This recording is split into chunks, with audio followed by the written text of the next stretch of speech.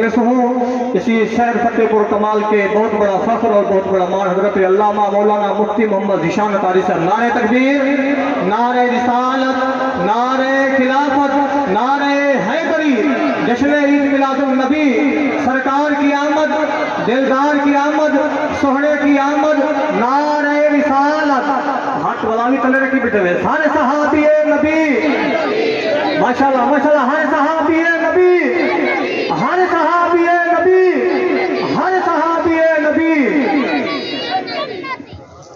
अल्हम्दुलिल्लाह वस्सलातु वस्सलामु अला रसूलिल्लाह।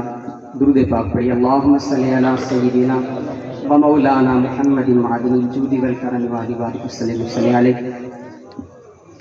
अभी मुफ्ती साहब ने हुक्म दिया कि हमारे मुफ्ती मज़हर मुख्तार दुरानी साहब रास्ते में हैं, चंद मिनट अभी उनको आने में लगेंगे। तो अचानक हुक्म मिला, तो मैं सोच रहा था कि मैं इस चंद मिनट्स के अंदर किस मौजू पर बात करूं। तो अभी अभी रबीउल सानी का महीना गुजरा है, जिसमें हमारे सय्यदी गौसे आज़म शेख अब्दुल कादिर जीलानी रहमतुल्लाहि ताला अलैह का उर्स हुआ है। मैं कहा चंद बातें सय्यदी गौसे आज़म के हवाले से अर्ज कर दूं। एक वाक़या आपको बताता हूँ जिसमें इंशाअल्लाहुल करीम आपको सीखने के लिए बहुत कुछ मिलेगा। हमारे गौसे आज़म शेख अब्दुल कादिर जीलानी रहमतुल्लाहि ताला अलैह, आप जामिया निज़ामिया में जब बगदाद के अंदर पढ़ते थे तो आपके साथ दो साथी, एक का नाम इब्न सफ़ा और एक का नाम शेख अब्दुल्ला तमीमी, ये भी गौसे आज़म के साथ पढ़ा करते थे।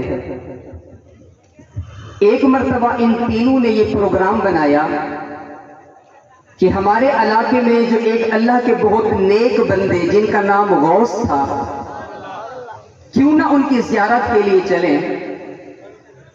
तो अब इन तीनों में से इब्न सफ़ा कहने लगा, इब्न सफ़ा ने कहा कि मैं गौस के पास जाऊंगा और उनसे ऐसा सवाल करूंगा कि उनको इसका जवाब नहीं आएगा। शेख अब्दुल्ला तमीमी ने कहा कि मैं भी जा रहा हूं गौस के पास और मेरी नीयत ये है कि उनसे इतना मुश्किल सवाल करूंगा कि देखता हूं उनको जवाब आता भी है या जवाब नहीं आता, यानी बतौर इम्तिहान।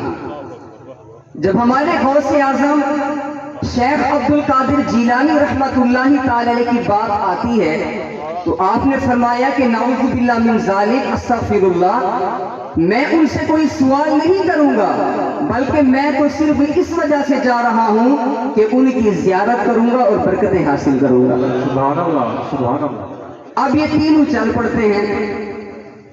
जब गौस के पास पहुंचते हैं तो गौस ने जैसे ही इब्न सफ़ा को देखा कि जिसका मकसद बेअदबी था, गौस की बेअदबी की जो नीयत से गया था कि मैं इनसे ऐसा सवाल करूंगा, इनको लाजवाब कर दूंगा, तो जैसे ही गौस ने इब्न सफ़ा की तरफ देखा तो आपने फरमाया कि ए इब्न सफ़ा, तेरी हलाकत हो, तेरी बर्बादी हो, तू इस वजह से मेरे पास आया है कि मैं सवाल करूंगा और मुझे जवाब नहीं आएगा। सुन, तेरा सवाल ये है और उसका जवाब ये है। आवाज सुभान अल्लाह, क्या बात है। और मैं देख रहा हूं कि तेरे अंदर कुफ्र की आग भड़क रही है।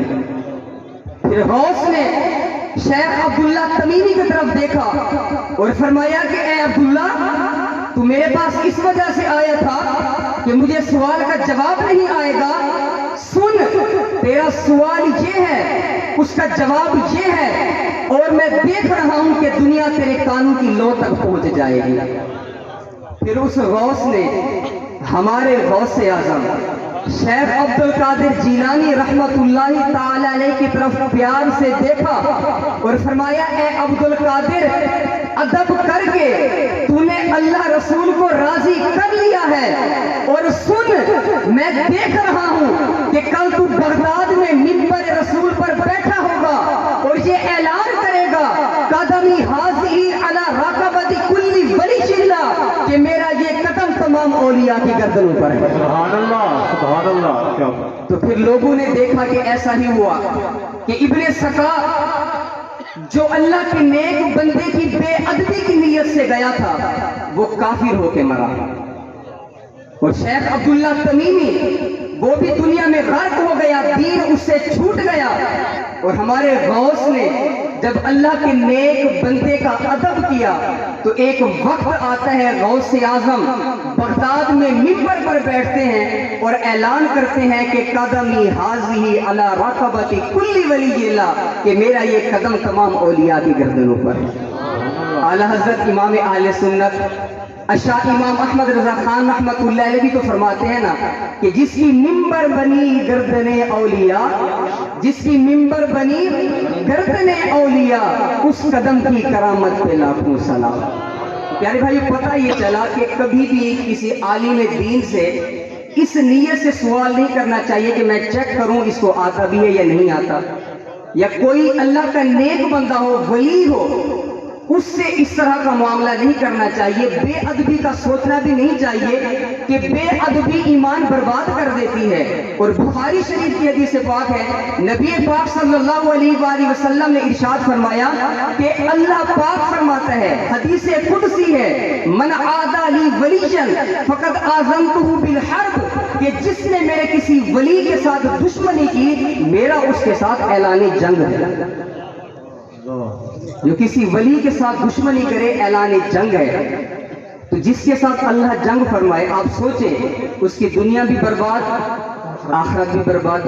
تو جو کسی صحابی کے ساتھ دشمنی کرے، واہ واہ کیا بات ہے، ہر صحابی نبی، ہر صحابی نبی، ہر صحابی نبی، ماشاءاللہ ماشاءاللہ، حضور کیا بات ہے۔ ولی سے دشمنی کرے، حدیث پاک ہے اللہ نے اس کے ساتھ اعلان جنگ فرما لیا۔ تو یارو جو کسی صحابی، غوث، کتب، ابدال، سارے اولیاء کرام، سارے بزرگان دین آج تک جس کو جو مرتبہ ملا، سارے ولی ایک پلڑے میں رکھے جائیں، یہ سارے مل کے بھی کسی صحابی کے درجے کو نہیں پہنچ سکتے۔ سبحان اللہ، کیا بات ہے، کیا بات ہے۔ وجہ کیا ہے؟ کیونکہ ولی عبادت سے بنتا ہے، جبکہ صحابی والضحیٰ والے مصطفیٰ کے چہرے کو دیکھے۔ سبحان اللہ، سبحان اللہ، کیا بات ہے۔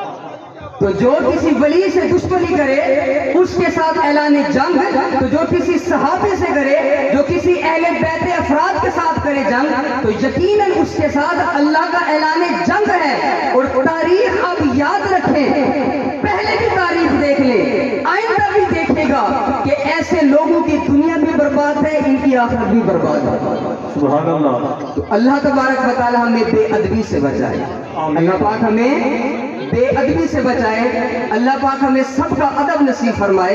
یہ اچانک انہوں نے حکم کیا تو میں نے آپ کو بس چند باتیں عرض کرنی ہیں، باقی انشاءاللہ مفتی صاحب آ رہے ہیں، نعرہ